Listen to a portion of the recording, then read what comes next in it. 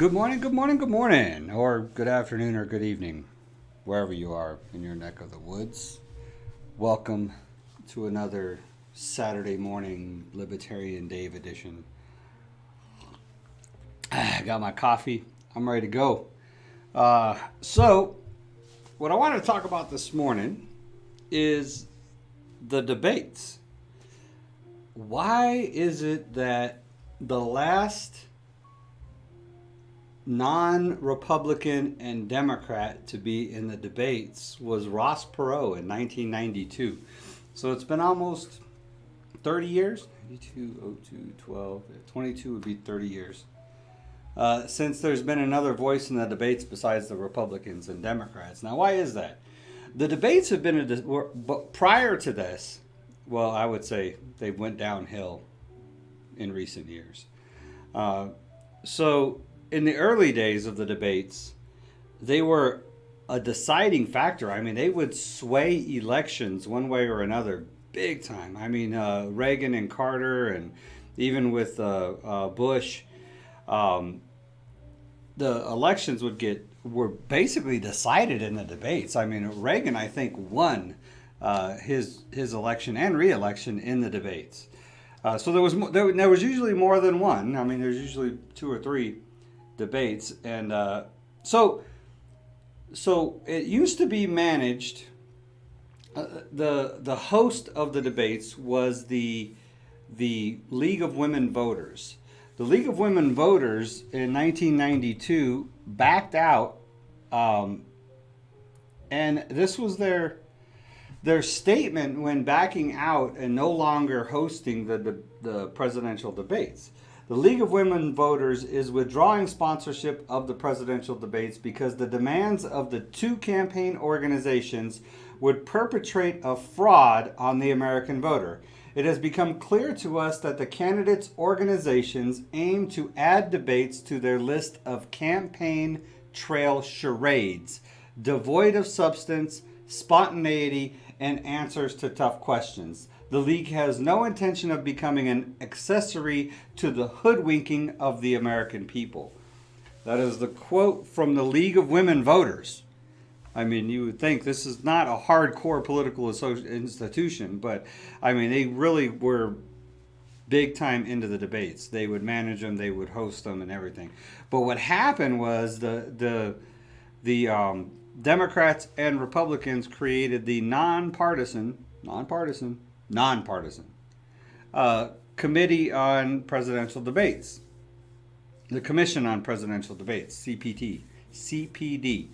And so when Ross Perot got in the debates, the polling was at 5%, and it was a very specific poll that had to include all candidates. So Ross Perot got in there, and really most people believe that he turned that election during that debate because he really brought it to him.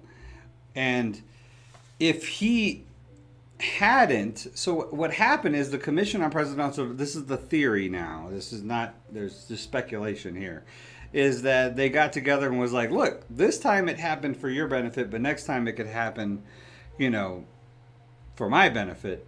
So the Republicans and Democrats got together and they raised the bar from it used to be 5% to get in the debates. They raised it to 15%, and the commission picks the polls that they use to determine that 15%. So historically, it's been very difficult for an independent candidate and or a third party candidate to get 15%. And if you think about it, in a three-way race, much less a 4 or 5-way race, in a three-way race, it only takes 33% of the vote to win the popular vote, we'll say. Not necessarily electoral system is completely different, but you don't even need 30% to win the electoral vote as a third party.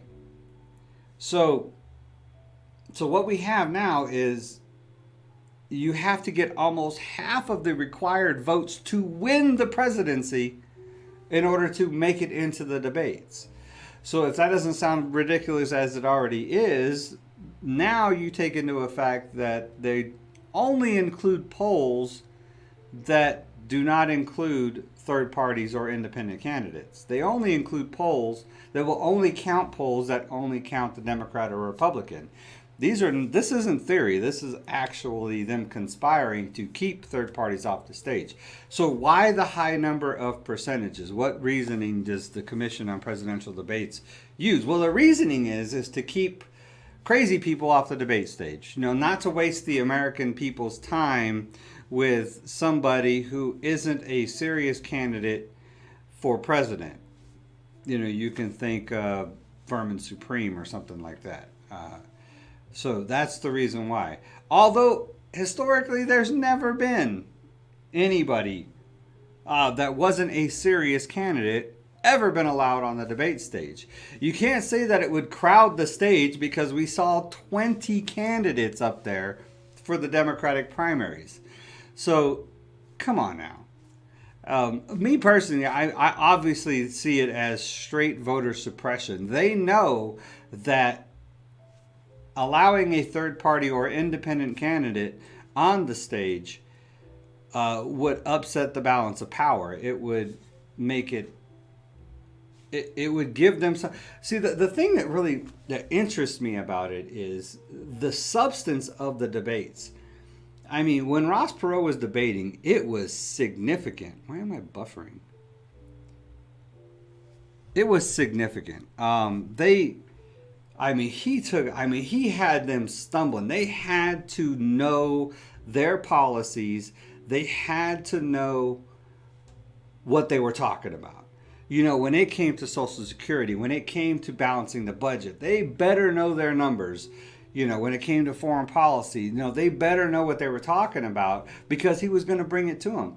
And since then, since Ross Perot, the debates have basically just degenerated into name calling and finger pointing and nonsense where there's no more substance to the debates. And that's what the League of Women Voters, I think, already saw happening, was that now we just want to make it between the Republicans and the Democrats, see who we can get look the most stupid, not who is the most smart, but who we can get to make look the most stupid. They saw this coming 30 years ago. And now, I mean, you think about it, now the quality of our debates is ridiculous. I mean, there is no more substance. You should be learning things in the debates. As a voter, you should be learning this is what this president's going to do with this policy.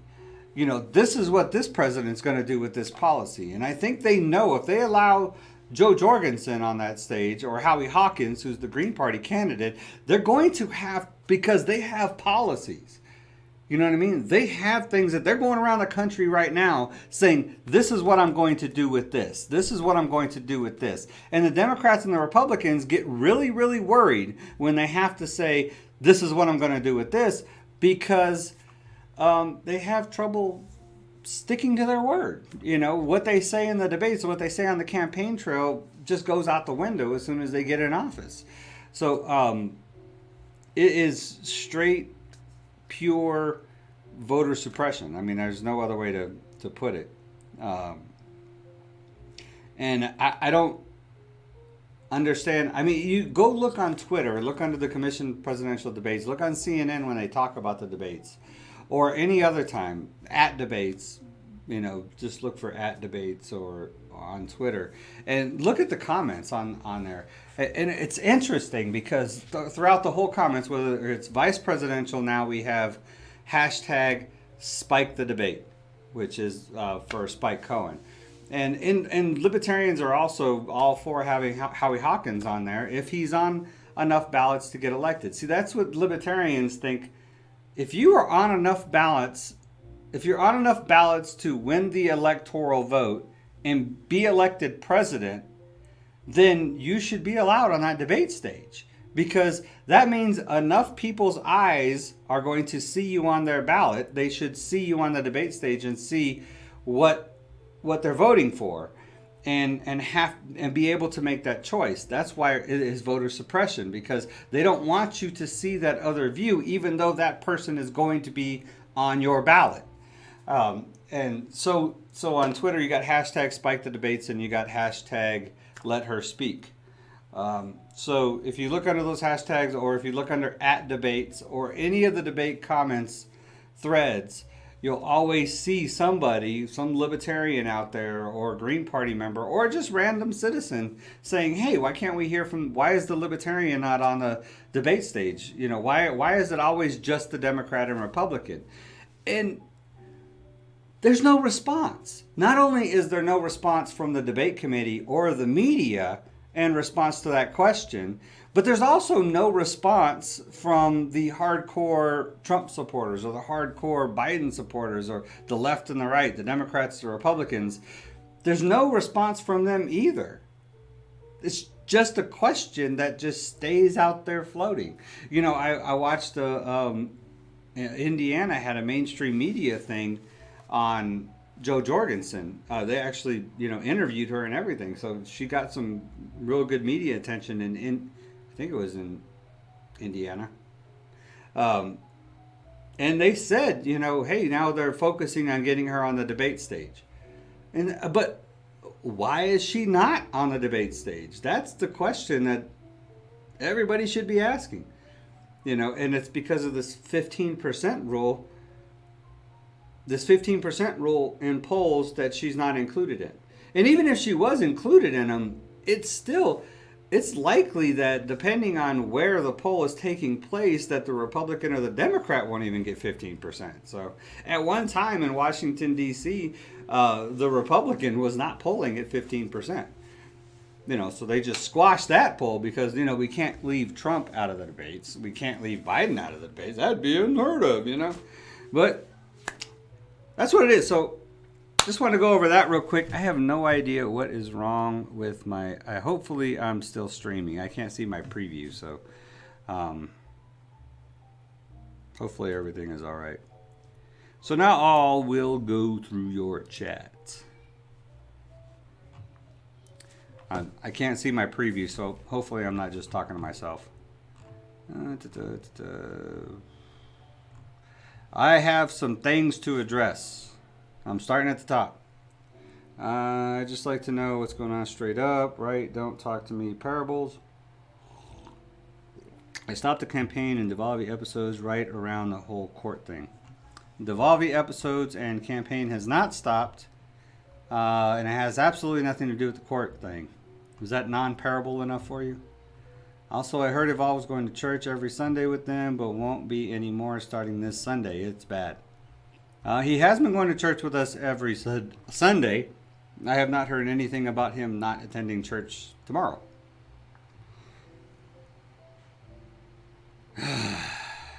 What is going on?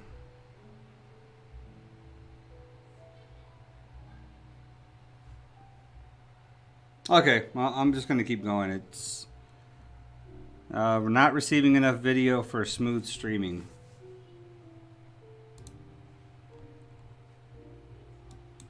I probably can't. Nope, I can't do that either. You know what? I'm just going to run this on low latency next time. Hopefully it'll...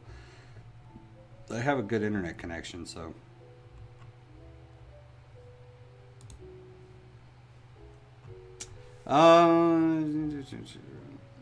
Dave did confirm on Twitter that Evolve's story goes deeper and he didn't tell the full. I have no idea what you're talking about. What up, bud?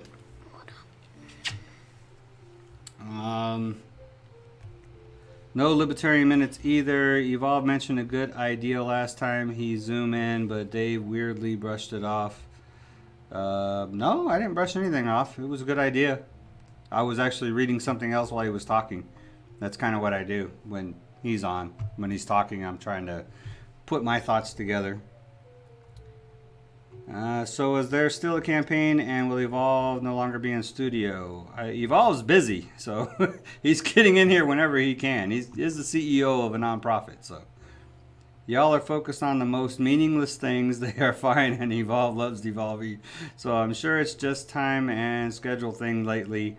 They're going to resume campaign. Just be patient. Thanks, Fighter. Appreciate that. Gossip and speculation is not what grown adults should be focused on. Hey, Fighter.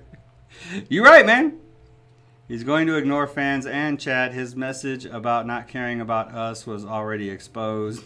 Yeah, good job, buddy.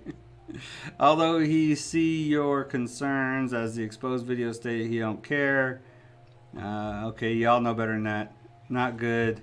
I just wanted to know about the church thing in Devolvi. Well, Devolvi's right here. Bruno's, what's up, man? This chat has been very weird. Right? I don't know what's going on with chat, man. These last couple of casts, please everyone keep it positive. Nope. So he's not reading chat this cast. That's a bit immature. I always start my cast off with a little rant about what my subject was. If I don't have a subject, if I didn't come up with something, then I'll usually just go right into chat. Or, I'll just start talking about random things. Maybe we could look at Trump's tweets or something. But,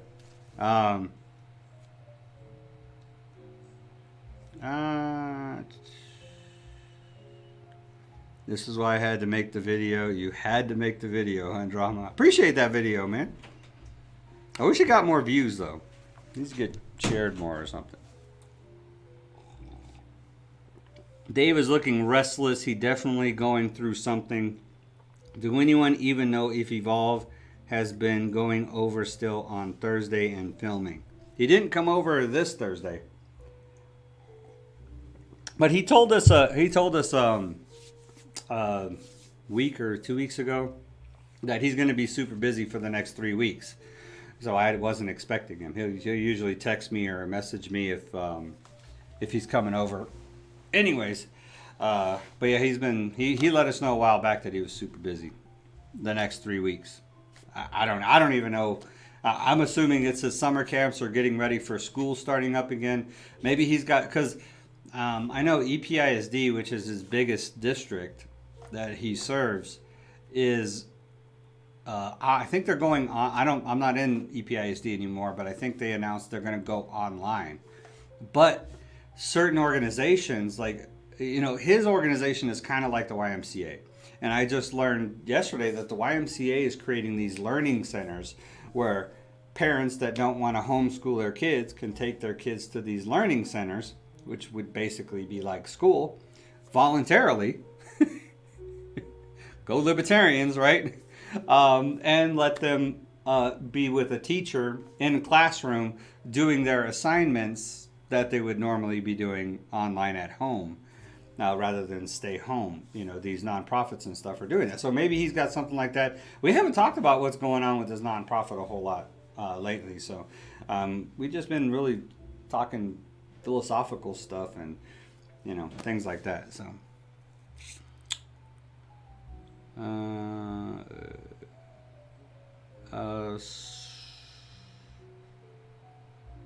So he confirmed. He talked about let her speak, but he's not even letting us be heard. I've been reading even yours, Drama. So, dude, Drama, just add some substance to the conversation, man. If you're going to troll, then you should at least add some substance to the conversation instead of just throwing stuff out there that I've already addressed or I've already talked about. I mean, come at me, bro. I'm just saying. Brother, you laugh out loud. You do look like you need a little more rest. Hey, man, to be honest, I haven't been sleeping. I mean, it's been rough. I don't know what's been going on like this whole past month, but my sleep has been messed up. So, I would sleep like 9-10 hours, and then I wake up and I'm like, beat like I didn't sleep a wink, man. And I'm just zoned out, like in this brain fog, tired all day thing, man. I'm like, man, what is going on? So I switched my diet back up. I went back to, because I do diet variation, and I've added carbs back into my diet, and so I went back to like no carbs, going straight back into keto, and I actually feel pretty good this morning. So that has been a thing. So yeah, I have been really tired, but not any less inspired. Just more tired, I guess. You know, physically tired. So, hi, Devolve. Can't wait for your next episode. I know, right? Do hope Evolve keep up the church going. I've seen a little change. He's really well versed in scripture, though. So, but I've always told him that he does need to get into a church where you can be around more people that lift you up in that area. So, sounds like you're in the dark for a lot of things. Hoping all is well. I can't wait for my next Devolve. Yeah, they can't wait for your next Devolvey, dude. I heard that. Why are there so many dislikes on this video? I don't know, is there? You should do that 10 ways to know you're not a libertarian. I know, we should. Maybe we'll shoot that tomorrow. I don't know. It doesn't seem like it would be that hard, you know. I'll start writing some out today, I guess. Some of the 10 ways to know. How's the campaign going, dude, Superman? Good. You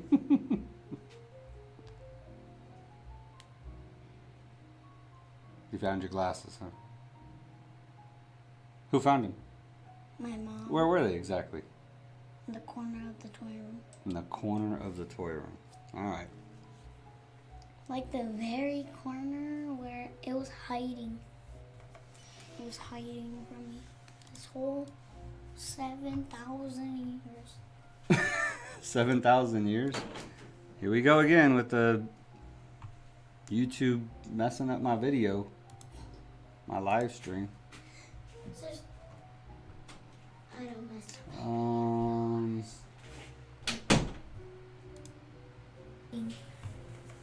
up. 7 dislikes, huh? This whole set.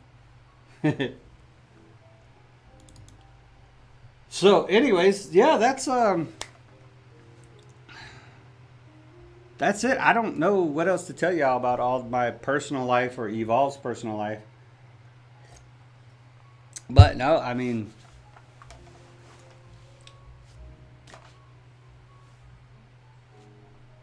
I did it. Let me refresh this thing and see if that will help. I don't know what is going on with it, man.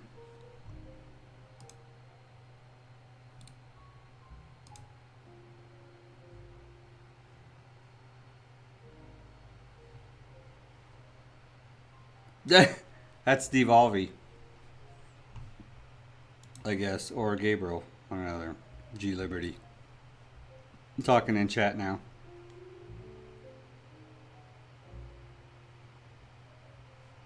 Okay, well now I'm not buffering in my own preview. Why has there been a distance between Evolve and Devolvey? I don't know what distance y'all are talking about. So, I mean, there has been no distance. You know, he doesn't live here. He has a life. So, he comes over and visits my child when he has a chance, I guess. You know, so. Like I said, he's a busy dude. Why don't you guys ask him that stuff? G Liberty, what's up, man? So, that's the best thing, I think. I think most of y'all's questions are directed at Evolve. So you want to know why he's distancing himself, why he's not coming to church, or if he's not coming to church, or, you know, what he feels about church. Go ask him. Go ask him. He doesn't address your guys' questions, then I mean, y'all get all crazy with me about not addressing the chat and stuff. Get crazy with him. Do a expose video on Evolve for not caring about his fans. Yeah, I know Tiger King. He was talking to me on Twitter, man. I hope he's doing all right. I haven't heard from him in a couple days. So.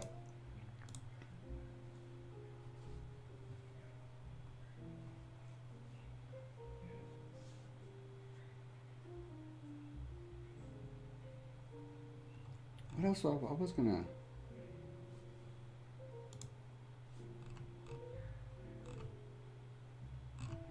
Come on now.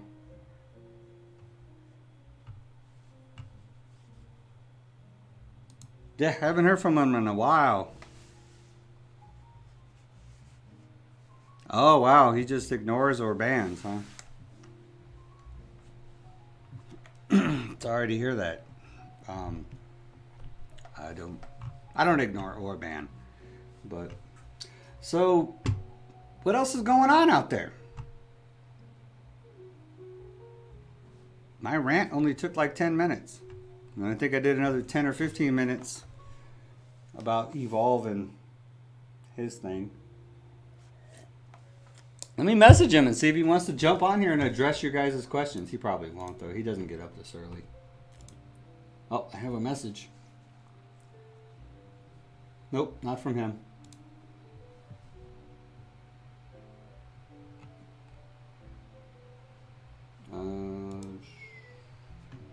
I should probably start. But I'm already having errors, man. Oh, maybe I should not care about fan gossip stuff as well. Kid Play said Evolve doesn't really care about fan gossip stuff, so we don't get nothing. It's kind of weird though, since his channel is about fan gossip. I mean, that's what he does, is he gossips about hip hop stuff and stuff, right? My channel is not about gossip. It's about news and politics. So y'all actually would be contributing to his channel, but actually detracting from mine with fan gossip stuff. So, I always send it to him anyways in case he wants to jump on. I need to start the Zoom though.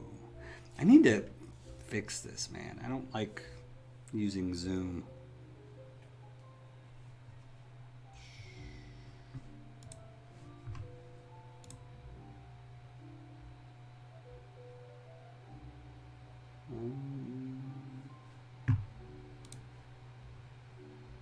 Okay.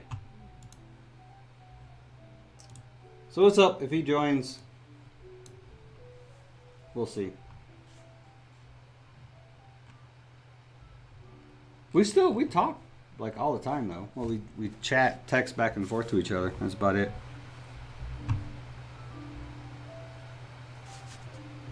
Hey, did you guys get your stimulus? Bruno says, I hear you getting more stimulus. Well, it's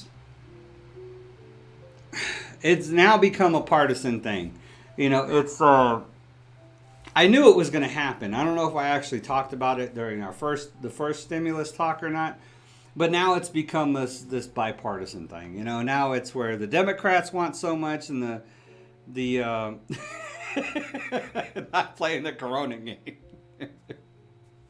That had to be Devolvi that said that. So now it's become this partisan thing. The reason why I haven't covered stimulus, because nothing has went to vote yet. You know, they haven't agreed to anything because now it has become this partisan thing. And as we get closer to the election, they aren't going to agree on squat anymore. So it's going to be really hard to get anything passed. I'm really hoping on, you know, I talked briefly on Rand Paul's school choice thing, but it's doubtful because he's got that Republican label on him. It's doubtful that thing is even going to fly because it's just not likely that in an election year that a Democrat's going to vote for anything that's Republican submitted and a Republican's going to vote for anything that's Democrat submitted, unless it's just flat out common sense, you know. But it's not likely that anything is going to be approved. So that's why I haven't really covered it. But they are saying that there's a second wave of stimulus that is coming our way. I hate the way that they use that word stimulus. There's another wave of borrowing on your future that's coming your way. You know, because that's what they're doing, is they're basically crashing our future in order to pay us now, instead of just allowing the economy to open up and go back to business as usual. It's almost too late for that now, so, you know.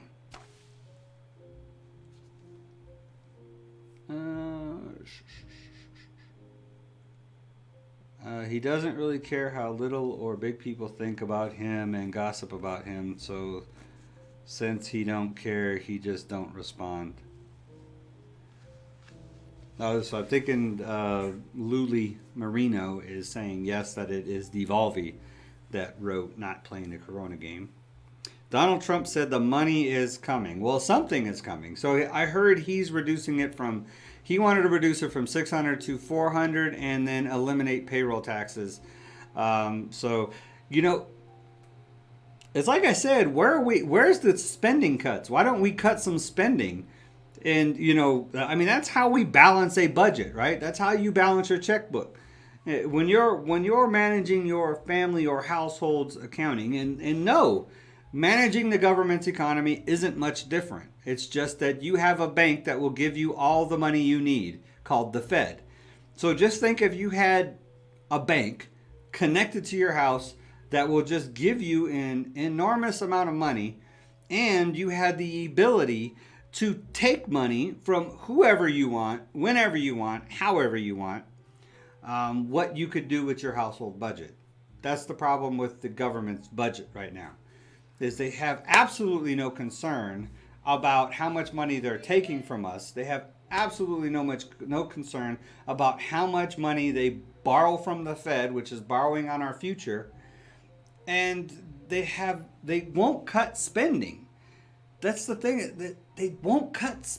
You don't balance a budget without cutting spending. When you're going further and further and further into debt, you have to cut spending. When an emergency arises, there should be something that you can cut in order to get funds to provide for that emergency. Like when they wanted the $3 trillion stimulus, they should have cut $3 trillion out of the budget before they even talked about the stimulus. Or how about cutting the $2.5 trillion of wasteful government spending that was in the stimulus? And then just use the $500 billion that was left over, which they could have cut from spending somewhere, like defense or other places, and use that to actually stimulate it. Because that was the only part of that money that stimulated the economy, was about $500 billion that went to small businesses and our $1,200 bribe. So, dude, Bruno says, our businesses and everything back open in America. Businesses are closing for good, like permanently.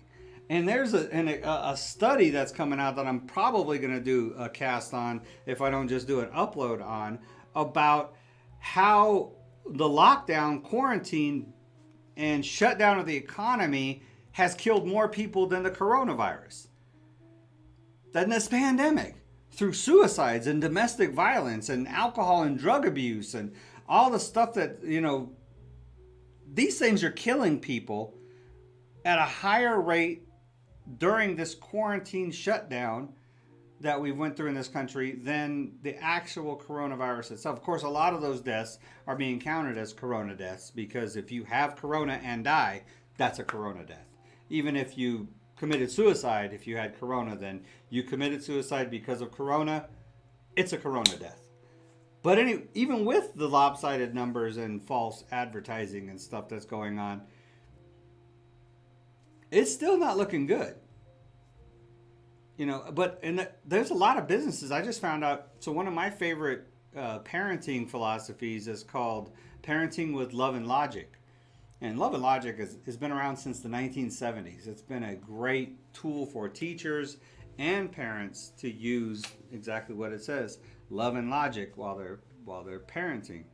It really gets the emotion and stuff out of parenting and just uses logical stuff. Really great program, Parenting with Love and Logic. Been around since the 1970s. I subscribe to their podcast. I get their weekly newsletters and stuff, and I've read the books. Try to do the best I can at actually parenting with love and logic. It was introduced to me by my best friend, he's not anymore, but he was a principal, elementary school principal in Michigan. And he introduced it to me. He said, hey, check this out. It'll really help you with your parenting skills and stuff. Really great company. They just sent me an email a couple days ago They're out of business. They're done because of these shutdowns and stuff. Because of what's going on with Corona, with this pandemic, they've had to close their doors and stop selling their products and stuff. So hopefully, you know, maybe someday they'll come back. But you know, I tell you, that right there is a significant loss for this country. Such a positive, uplifting, empowering organization as Love and Logic was, it's gone because of this ridiculousness that we call the coronavirus pandemic. I don't know, Phil Steele. I don't know why there's so many dislikes. Maybe because I wasn't addressing comments at the beginning. I was doing my normal 10-minute rant on the debates. Oh, you know too, Phil Steele? Yeah, it's so I mean, there's businesses like permanently shutting down. Like I drive through El Paso and I see them. You know, I see like businesses that were open that are now closed. I mean, they're gone, you know. So as far as the lockdowns and stuff, I know there's like mandated masks now. You have to wear a mask inside of a business, even if the business doesn't want to require you to wear a mask. You still have to. There's, you know, as far as, but I think businesses are open. It was the big thing is the schools. You know, they basically allowed the businesses to reopen because they couldn't keep funding them. You know what I mean? If the government's going to force you to close your business, then the government's going to take command or have to take responsibility for that business staying open. And they haven't been able to do that because they haven't been, you know, I'm sure if they would have came up with another round of stimulus, then they probably would have shut businesses back down again with the spike or whatever that was going on, you know, but you know, it's kind of funny that the spike in positive corona cases actually spiked when there was a spike in testing. Like we tested more people, so the more people came up positive. That's weird, isn't it? No, not really. But they're still going to offer free online parenting classes. Yeah, I heard they were going to do like limited. Love and Logic was going to do limited outreach or whatever for groups or whatever. So I guess that'd be like a real, you know, low cost, no overhead type of thing. So, but still, because I mean, they would do classes at schools, they would provide materials, they would do seminars around the country. You had books and videos and audios and stuff where, you know, you could learn. So,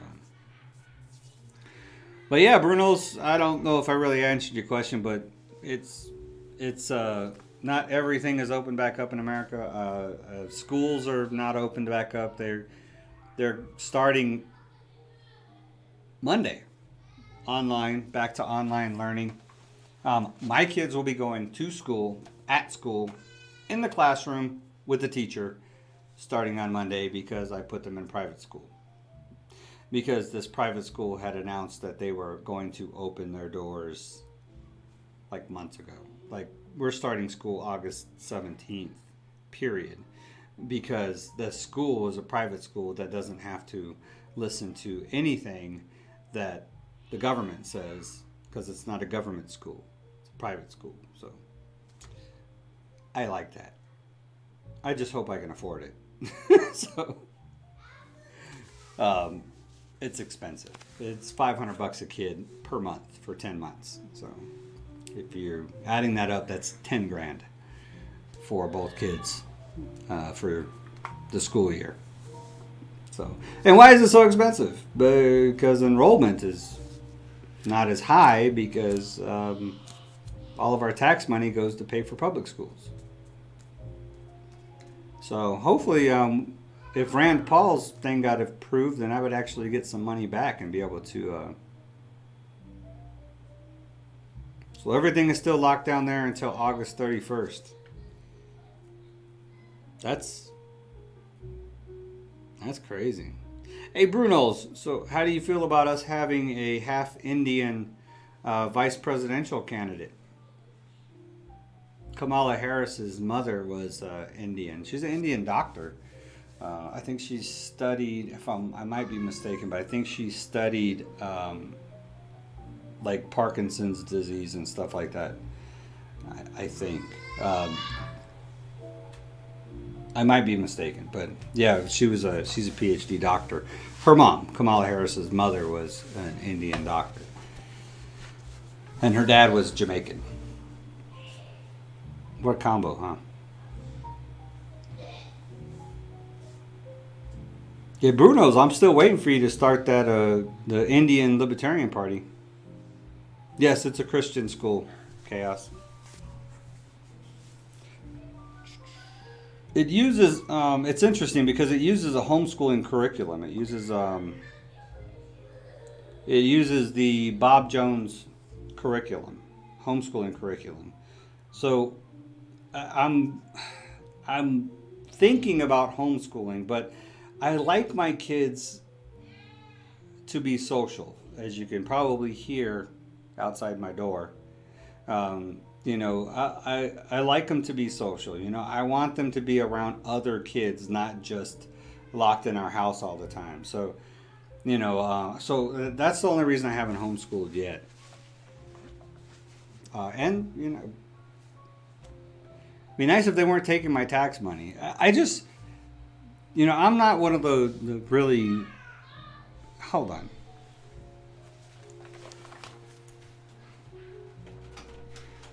Yo, can you take that somewhere else? I can hear you in here. Like your playroom?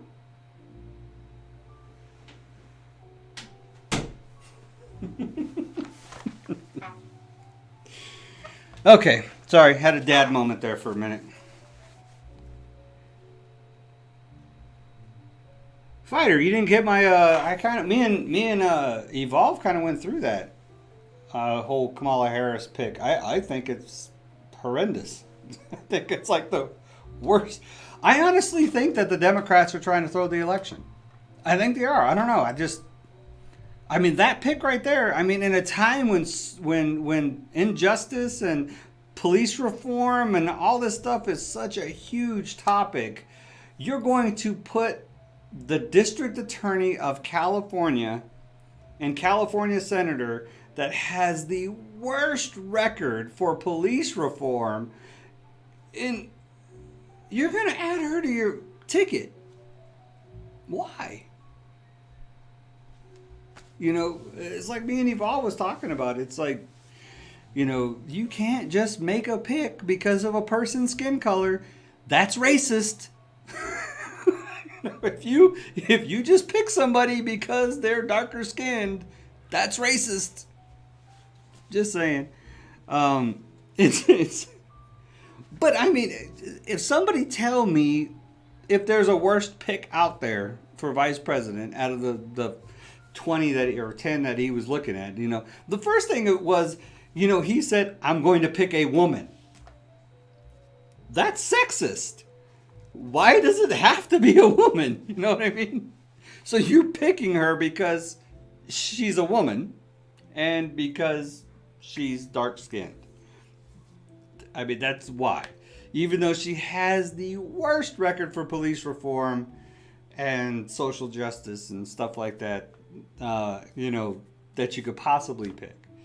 So and there's some speculation out there that the Democrats are just throwing this one to the birds because how horrible everything is in 2020 and how the outlook for the country going forward, you know, with the economy and everything else, like they don't want to be attached to this. So what they're looking at is, you know, just giving this one to Trump and then letting him deal with all the fallout from this coronavirus pandemic garbage, and it's basically going to be make the next 4 years horrendous, and in 2024 they can win in a landslide. That's what some people are speculating is the Democrats' strategy. For one, I mean, Biden hasn't seemed all there anyways. I mean, his mental capacity is definitely in question and hasn't really been addressed.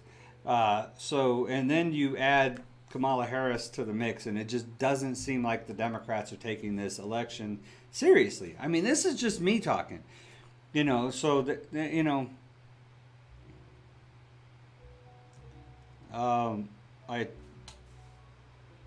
I checked into the professor Evolve was talking about, and he's been right about every election since the 70s, 80s. He said Trump won't win this year. He didn't say Biden would win, but he said Trump wouldn't win this year. So let me tell you something I was trying to explain to Evolve, and you can look this up. Hold on, let me talk. Bruno says, is U.S. still defunding and getting rid of their police? Many countries are keeping their eye on what happens with that. Not that I've heard of. There's some, but I haven't heard any update on that, if anybody knows anything. I know Minneapolis said they were defunding their police and stuff. A lot of stuff gets thrown out in the heat of the moment, and who knows what's actually happening with it. I think everybody's just kind of waiting to see what happens with this election now. That's a good question, though. What happened with defunding the police?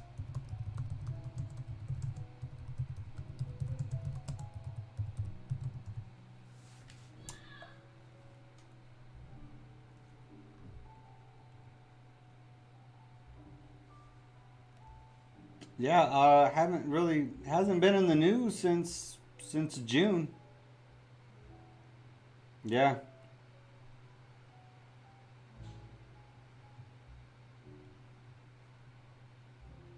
Besides Evolve talking about it.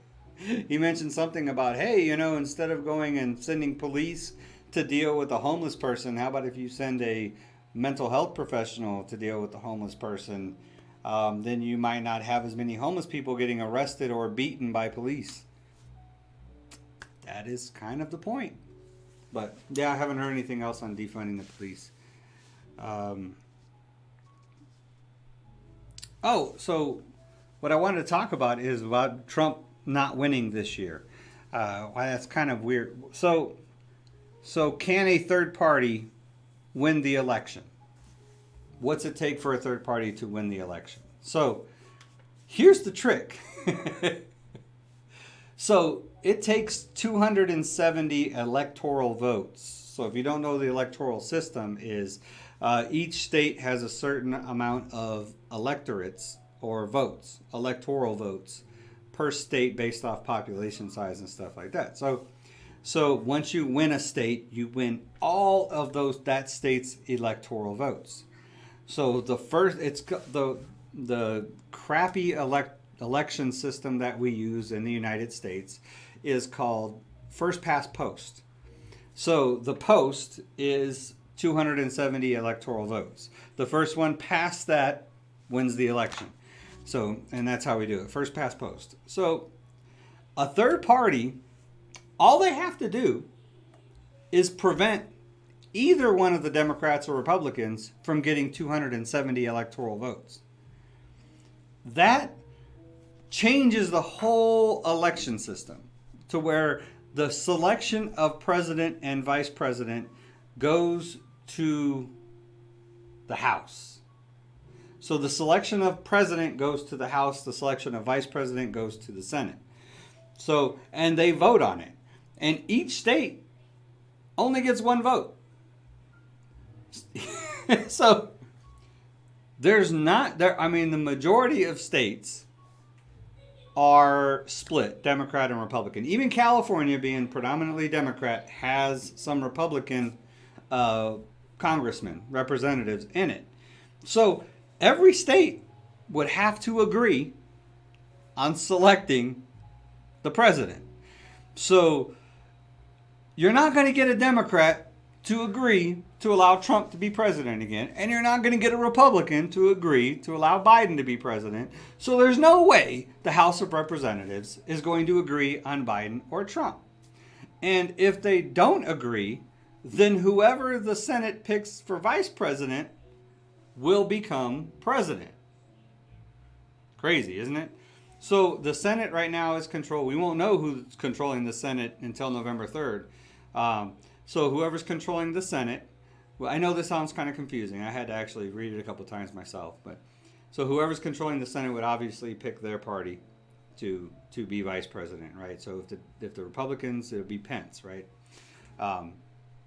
So the House is not going to want to allow the Senate to pick who's going to be the next president. Obviously, all the Democrats will go crazy. So then all the Democrats will be like, okay, well, or the Republicans, however, whoever's in charge. For right now, we're just going to say that the Senate stays controlled by Republicans. So the Democrats in the House are going to be like, we cannot allow the Senate to pick Pence to be the president. We can't allow that. So we have to pick somebody so that it doesn't go to January 20th and then the Senate gets to pick. So that's where the third party comes in. We can deal with having a libertarian president because there's no libertarians in the House, or there's very few, or whatever, however the election gets flipped. So then the House would agree to just allow the libertarian to be president. That's how the libertarians win the presidency. They don't have to get 270 electoral votes. So everybody that says, oh, you're wasting your vote because, you're voting whatever. No. All you have to do, and it's like 30. George Jorgensen would only have to get like one state. She could win Texas. And probably, depending on how the other states came out, would probably upset the election to where it would go to the House of Representatives. Interesting how the electoral system would work if nobody got 270 electoral votes. So it's actually how, it's just political strategy. But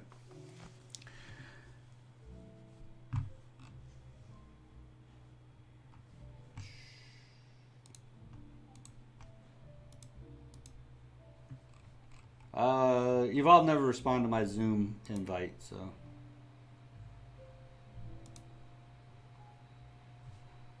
Let me see what else, if there was anything else I wanted to talk about. If y'all don't follow me on Twitter, you should follow me on Twitter. I'm actually liking Twitter because I can just throw some stuff up there. You know what? I'm going to share this video with y'all right now. What is libertarianism? I really like it. This will be like my closing thing. Oh, wait, we got more chat. Hold on.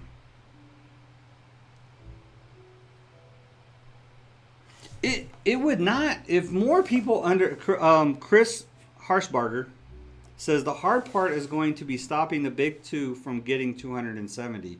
I don't think it's that hard if people would just, and I think that's one of the reasons why, going back to the debate thing, why they won't allow a third party on the debate stage is because it would make it possible. It's, they could, in certain particular type of states, libertarianism would be really attractive. I mean, like New Hampshire. New Hampshire is a big libertarian style state. So that, I don't think it's that hard. And then once you get the momentum, you know what I mean? If you allow Jo Jorgensen on the debate stage, she would come out she'd come out smelling like roses. I'll tell you that much. I mean, she would Batwoman them. So she's going to convince a lot of voters. And once you get a significant amount of that popular vote, and possibly win one or two states, turn them gold, then you have a problem. Because now you have just introduced a third party into the United States political system. So maybe not 2020, but in 2024, you're going to have to deal with the libertarians. So you just threw a monkey wrench into your whole political power system that you've been running for 60 years. And now it's a whole different ballgame. It's a whole different playing field. You know what I mean? So now you got to get back to dealing with policies. Your little hate mongering between Republicans and Democrats is over. Now you have to deal with issues and policies and keeping this country straight. That's the benefit of having a third party in there. You know, I was almost convinced a while back that a third party would kind of mess things up, right? Because literally you could have a president that only 30% of the country liked, voted for, right? If you went by popular vote or whatever, right? So you would have a president that only, 60% of the people didn't vote for. So a majority of the people didn't vote for him, but they're the president, But that's baloney. That's baloney. I mean, we all know that the reason why most people vote Democrat or Republican is because they hate the other guy. It's not because they like their guy. It's because they hate the other guy, which is ridiculous. But that's the truth of the matter is.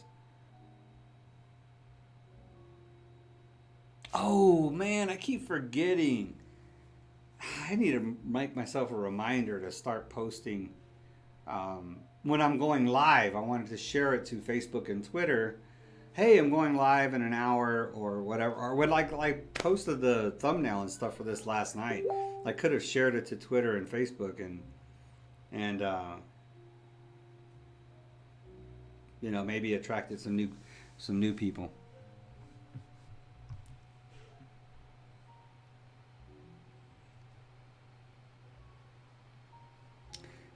Twitter is what you wanted to do on YouTube. Yeah. Chris says, how do you get her on the debate stage? I don't know, man. I'm stumped. I don't know. It's like I said, they don't answer the question whenever it's posted on any social media platform or even news agencies when they talk about we need to get her on the debate stage. They don't talk about why she's not allowed on the debate stage. I mean, it's as it sits now, it's impossible. The Commission on Presidential Debates, a nonpartisan, which is actually bipartisan, that's the Republicans and the Democrats run the Commission on Presidential Debates.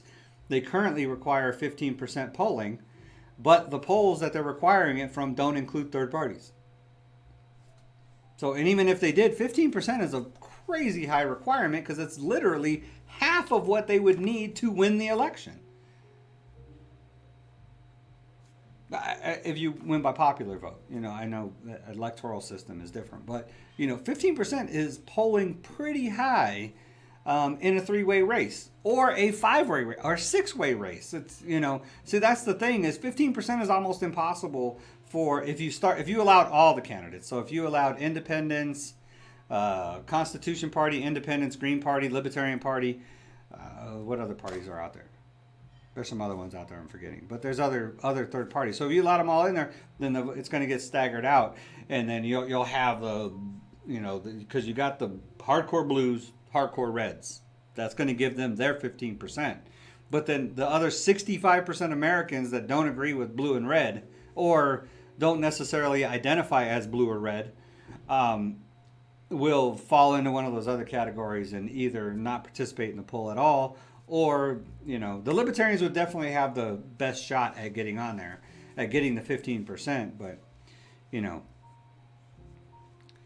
so that's it. But the thing is that all the polls that they count don't include third parties. It's like I said, they should at least, they should be allowed on the debate stage if they're going to be on enough ballots to win the election.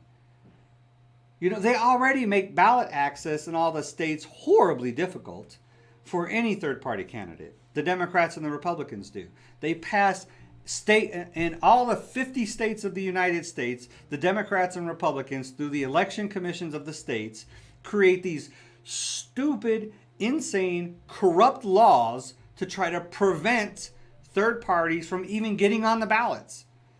Whether it's presidential or state congressman or any ballot whatsoever, like Texas, they just, they tried to create this crazy petition requirement that was like twice as what it was before. You had to get like 30,000 signatures or whatever in a 100,000 voter, area in order to get on the ballot. And so the Libertarians and the Green Party took them to court. They won the case. And as they were celebrating, they slipped another one in there that said, oh, and you have to pay filing fees in excess of $1,000 or more to get on the ballot now. So we had to pay filing fees to get on the ballot this year. It's stuff like that, but it happens through all 50 states where they create these insane ballot requirements in order to get on the ballot, for the sake of simplifying the ballots.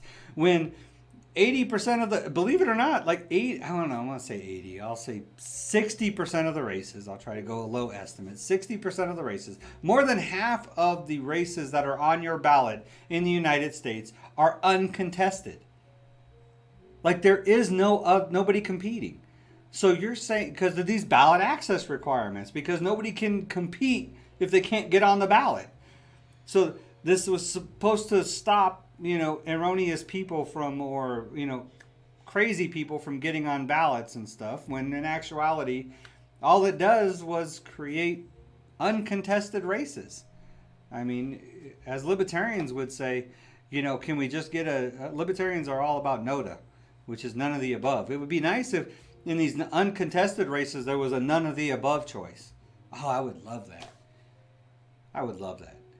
Because I would NOTA every Republican and Democrat on the ballot. Unless you were an independent or libertarian, I would NOTA you. In other words, I don't want you. The office could sit empty for all I care. But not you. That's what NOTA means. That's what none of the above. So sorry about that. So yeah, getting around the debate stage. Excellent question. I have no idea. I don't know how to do it except pressure. You know what I mean? Political pressure. If we force the media, we bombard them with phone calls and emails and social media, and just go after the media, go after the universities that are hosting the debates, go after the Commission on Presidential Debates themselves, go after CNN, MSNBC, and we just bombard them like libertarians have been doing that for every election cycle that I can remember. But join the party. Join the movement to try to get them on there. So in India, any party can get on debate stage because government don't run that. News stations and private organizations host debates and invite candidates. It's illegal for a candidate or government official to set up debates, as they said they can sway the people. Maybe we can learn something from India. Wait a second. Where's my Buddha? And India's constitution was just started like in 1964, I think, somewhere around there. So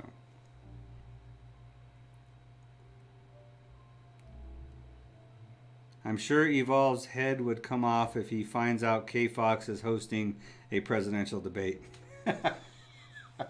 He'd be trying to get on it. Can I get an invite? What happened with Evolve and K Fox? Why are they at each other's neck? They followed him, man. They took a picture of him in the park. Yeah. He thinks they followed. So he was, because he shared this bogus news article about bodies in the hallways at the hospitals. I don't know if this is where it started or not, but he called them out on it, like, hey, K Fox, there's no bodies in the hallways or whatever. And so K Fox took the story down, right? And then like a week later, he said, hey, I'm going to this park. I'm going to shoot a video or whatever from this park. And he saw, somebody there that just took a picture of him while he was at the park. And then K Fox posts a news article that says, yeah, people at the park not cooperating with authorities or something like that, right? Something derogatory or negative. And it was him at the park. So now he thinks K Fox is following him on social media and chasing him down. So they got his Wednesday field trip shut down. They are following him because of his camps, I believe. That's a good possibility, Inspired. Which is not a good use of media. But that shows you the power that they have, though. So they're trying to get his summer camp shut down?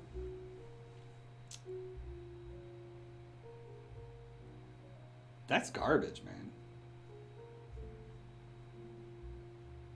It's people voluntarily putting their kids in these summer camps, man, because they don't want their kids locked up in the freaking house. You know what I mean? Oh, I was like, it just put me back in the house for a second. I was like, oh, we got somewhere to go. So I do have somewhere to go. So I look what time it was. But yeah, that's ridiculous. I mean, parents are voluntarily bringing their kids to camp. It's the same thing with schools.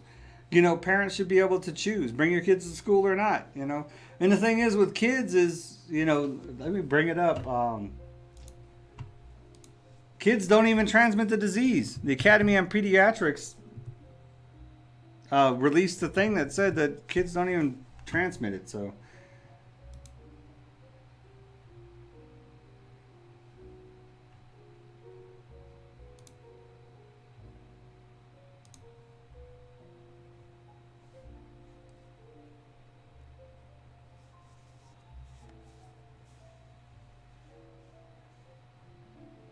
They got his Wednesday field trip shut down. I'm about to ask him about that. I didn't know about that. So Evolve don't like a media outlet. That's nothing new, right? You know, it's funny, man. The evolution of Evolve, you know. I'm still going to show Spike's definition of libertarianism before I close this out. But I know y'all, a lot of y'all came from the Evolve's channel.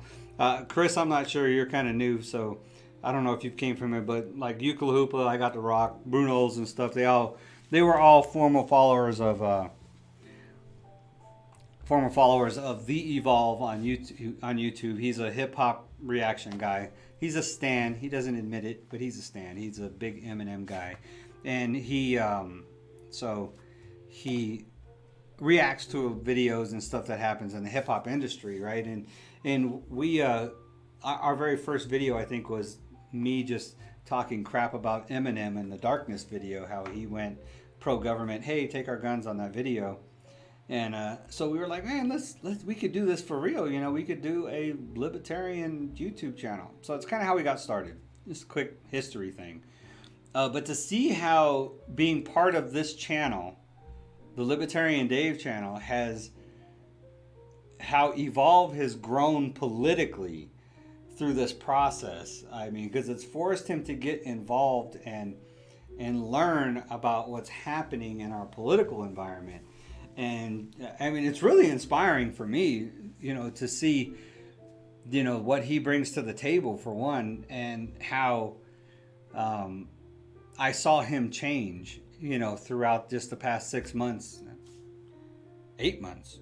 We've been doing this for 8 months now. So it's been really inspiring to watch that growth and how he's evolved, how his insights and stuff has changed about in general. And I mean, like, you see a lot of his posts now are actually about political stuff, and I'll catch like little libertarian little innuendos in some of his social media posts and on his YouTube videos and stuff. The ones I do watch, I'm not a big hip hop guy, so I don't usually watch a lot of his hip hop videos, but some of his political videos I will watch. But he didn't even have political videos before. I mean, unless, you know, it went along with something he was bashing about Lar Jamar or something like that. He hasn't talked about Lar Jamar in a while, has he? We're supposed to do couch sitters too. I don't know what happened with that. But yeah, it was interesting.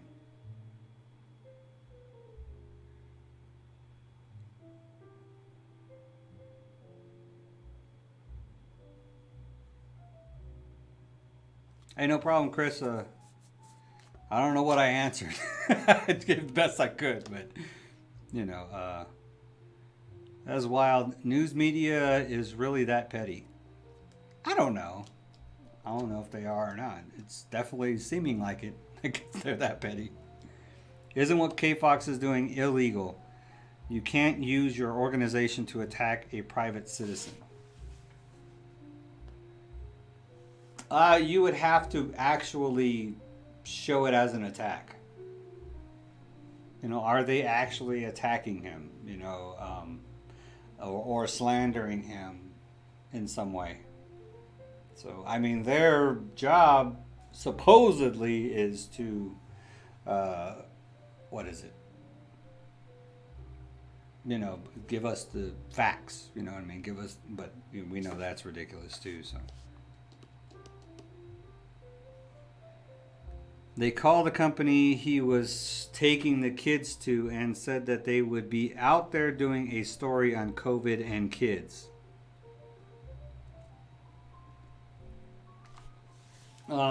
That is.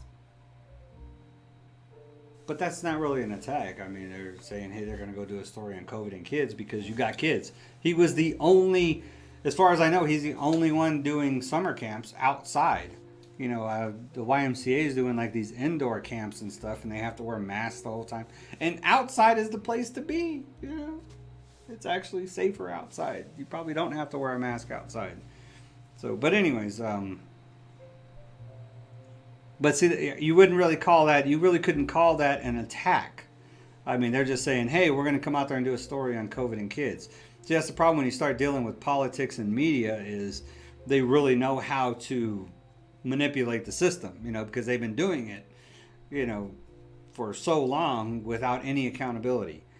You know what I mean? Because they run the system. So Democrats, Republicans, media have all been this triangular thing where they control what you hear and what you see, and they control the powers that be. So it's kind of exhausting if you think about it. So, I've never heard him say he's a libertarian. Is he? I have no idea. I've never heard him say it either. I've tried to get him to say it. Are you a libertarian? You know, and I asked him, are you going to vote for Jo Jorgensen? And I think he did say he was going to vote for Jo Jorgensen. Or he was likely to vote for Jo Jorgensen. So, I don't know. But that, just because you vote for Jo Jorgensen doesn't necessarily make you a libertarian. I mean, we will accept all protest votes. I'm going to put that out there right now, that if you just hate Donald Trump and you hate Joe Biden, Jo Jorgensen will take your vote. Even if you don't like her, we'll take your protest vote. No problem. Thank you very much. Appreciate it. Getting a trip shut down and calling the company, that sounds like an attack. If it was an attack, if it could be viewed as an attack, trust me, Evolve would have some lawyers suing the crap out of K-Fox right now. So if it was an attack, Evolve would have done something about it. He's not going to roll over. No, that's not that guy. If he had something significant to come at them with, then he would have came at him with it. He's not that type of guy. So let me put this. Let's see if I can get this to come up full screen. When we start aggressing against each other, when we start, say, Hold up, Spike, hold up.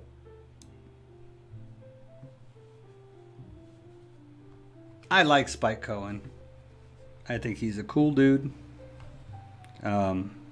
So this is a really good video from Spike Cohen on what is libertarianism. What is a libertarian? Why can't I select it? Oh, because why is it in the banner? I don't want it in the banner. I want it above the banner. It's locked. No, it's not locked. There, now it's above the banner. Sorry about that. So let's listen to your future vice president talking about what is a libertarian.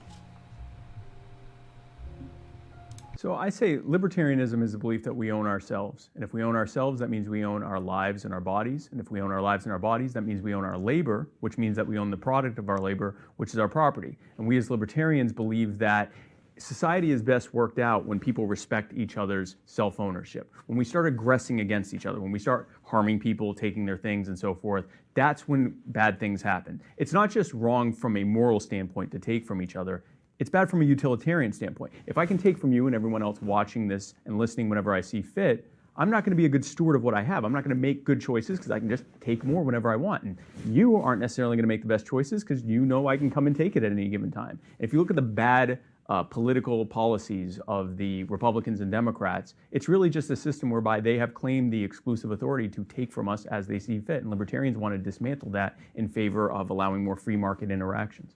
So I say libertarianism is the belief that we own ourselves. And if we own ourselves, that means we own our lives and our bodies. And if we own our lives and our bodies, that means we own our labor, which means that we own the product of our labor, which is our property. And we as libertarians believe that society is best worked out when people respect each other's self-ownership. When we start aggressing against each other, when we start harming people, taking their things and so forth, that's when bad things happen. It's not just wrong from a moral standpoint to take from each other, it's bad from a utilitarian standpoint. If I can take from you and everyone else watching this and listening whenever I see fit, I'm not going to be a good steward of what I have. I'm not going to make good choices because I can just take more whenever I want. And you aren't necessarily going to make the best choices because you know I can come and take it at any given time. If you look at the bad political policies of the Republicans and Democrats, it's really just a system whereby they have claimed the exclusive authority to take from us as they see fit. And libertarians want to dismantle that in favor of allowing more free market interactions.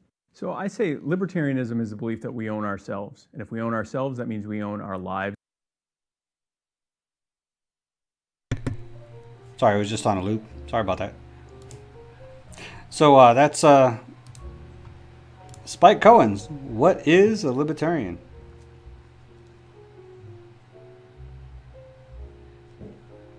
Dave, you're smarter than that. They are saying, hey, if you all let him do a field trip here, we are going to expose you with the story.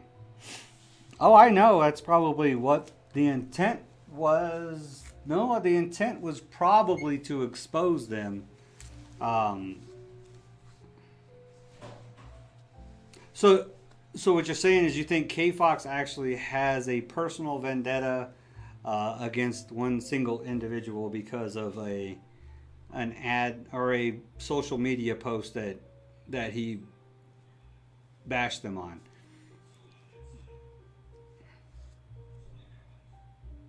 Maybe. I don't know. It's still a lot of speculation. So,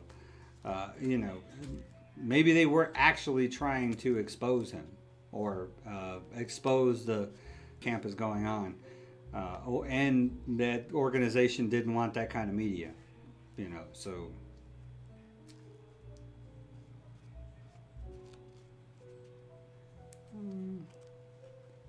Nah, Evolve seemed like the chill, whatever happens type of guy.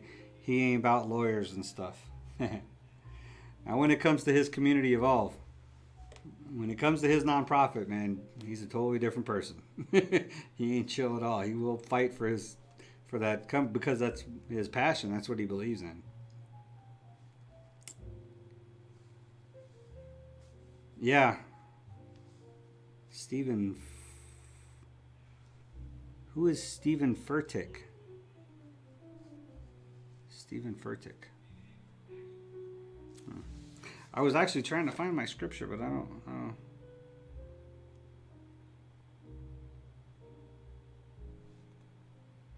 Hold on, I'm gonna have to. Whoa! Wow, it's like my whole thing just reset. Was that the? Hold on one second.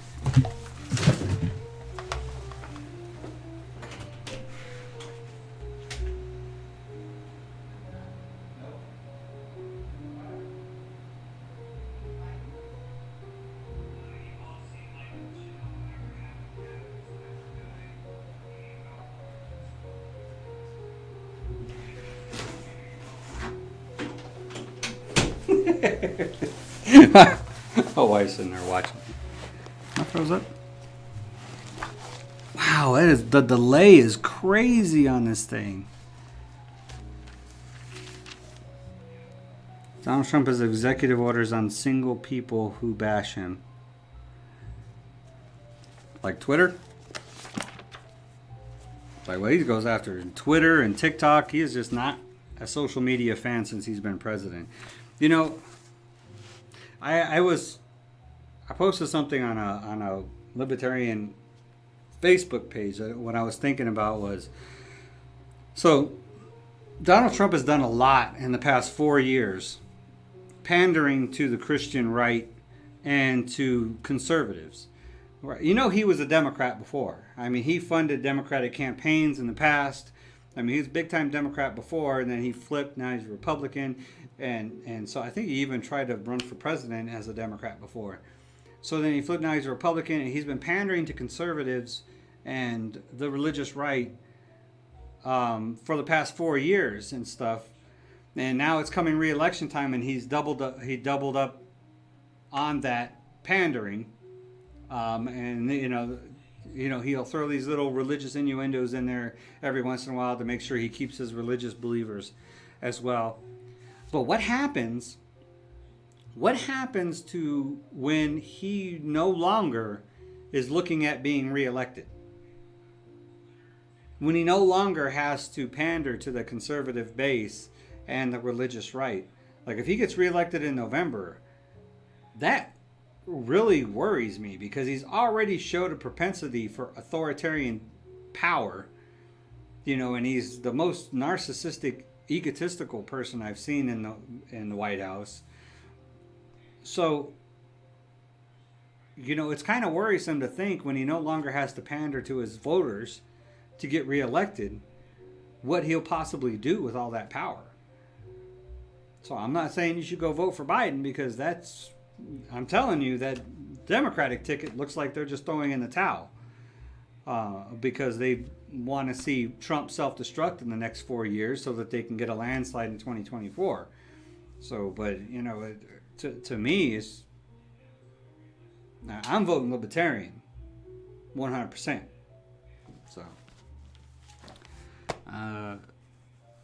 Stephen Furtick is only the biggest and most influential pastor in India and USA. How have I not heard of this guy then? I am going to check him out.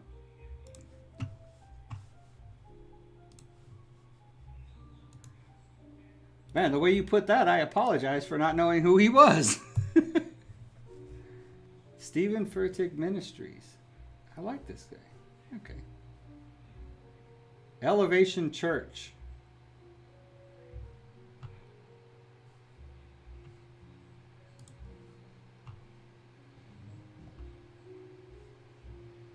Is that the Elevation Worship? Is that the music?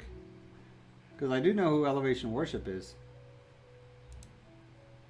Southern Baptist, huh?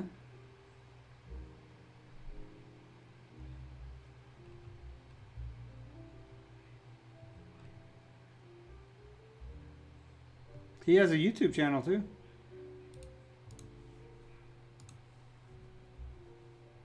But God says, I see people using you, but they don't know what's in you. And I'm going to bless you in this season, even though you have told yourself this is all it can ever be. I mean, do you know how powerful that is? That this is the plot of ground that Jacob gave Joseph? It wasn't even supposed to be Jacob that the nation of Israel came through. Plot twist. You didn't even get a high school degree. Plot twist. God doesn't need you to be educated, just available, just open, just humble, just a disciple, just committed. That's right. I like him already.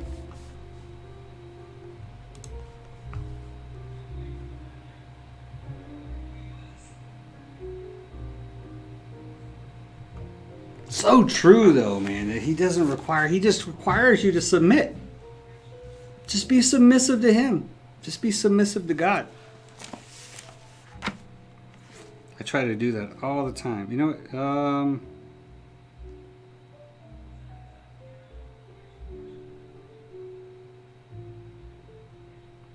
oh yeah, I was looking in the totally wrong place for my scripture.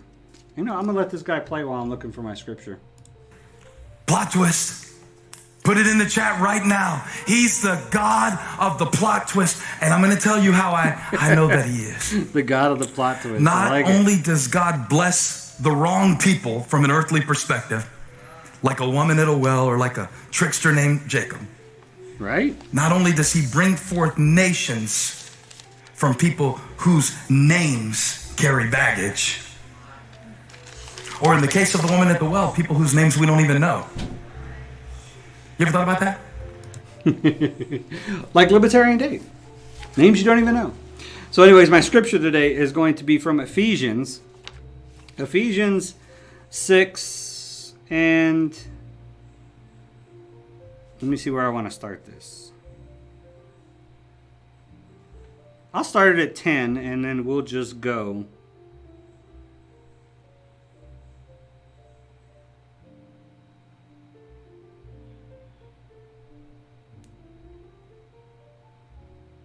Okay, we'll go. Ephesians chapter 6, verse 10. Probably going to go to 17. Finally, be strong in the Lord and in his mighty power. Put on the full armor of God so that you can take your stand against the devil's schemes. For our struggle is not against flesh and blood, but against the rulers, against the authorities, against the powers of this dark world, and against the spiritual forces of evil in the heavenly realms. I'm going to pause right there for a second. Our struggles are against the authorities. So therefore, we cannot expect the authorities to be working in the interest of God. That's why Jesus didn't come and make himself king of the world, even though he was king of the world. He didn't take authority in command through laws the world to do his will or to do his Father's will. Okay, going on. Therefore, put on the full armor of God, so that when the day of evil comes, you may be able to stand your ground. And after you have done everything to stand, stand firm then, with the belt of truth buckled around your waist, with the breastplate of righteousness in place. So what he's talking about is not like something future to come, but when the evil comes against you, that these are the armor of God that you can use to combat that evil. The belt of truth. And speak truth always in everything that you do. The breastplate of righteousness, that protects you. Righteousness protects you. Protects your most vulnerable place. With your feet fitted with the readiness that comes from the gospel of peace. In other words, we're not fighting, we're being peaceful. The gospel is the gospel. In addition to all this, take up the shield of faith with which you can extinguish all the flaming arrows of the evil one. Take the helmet of salvation and the sword of the Spirit, which is the word of God. So, this is your sword. Your sword. So, my pastor spoke on that. Speaking on faith,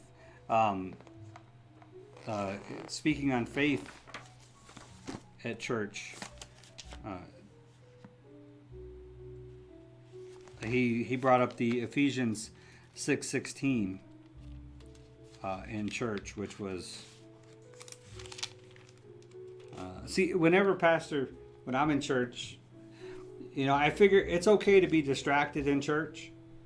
If you're distracted by the Word of God, by the Bible. So when pastors talks, whenever he brings up a scripture, I always read like a little bit before the scripture and then a little bit after the scripture to got to get the whole context of the whole scripture. That's my way of letting God speak to me rather than pastor speak to me.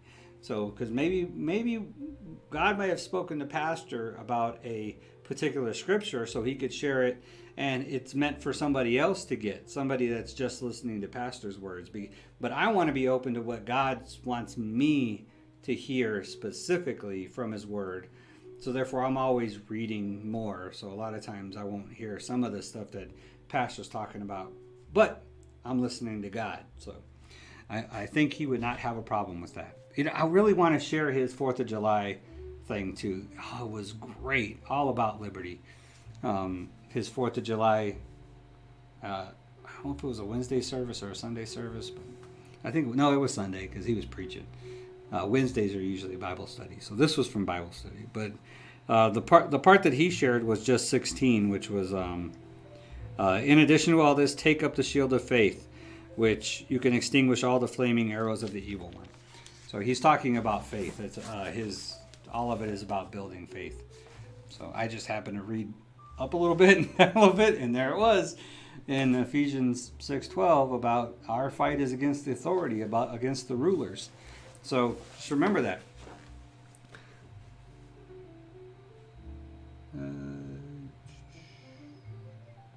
Oh yes, play my pastor's thing. I'm not gonna play right now. I got to get ready for. We got to go. We got birthday pictures for Devolvey. So if you follow me on Twitter, you'll be able to see the pictures whenever we get them back.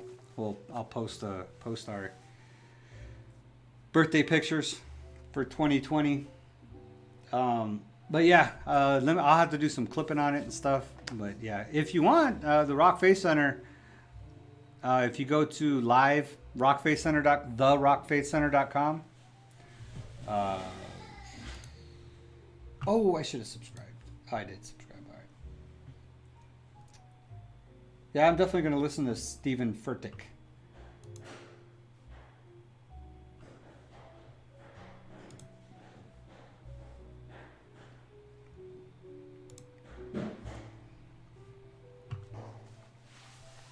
I will, you know what, I'm going to post a, man, I can't believe it's been that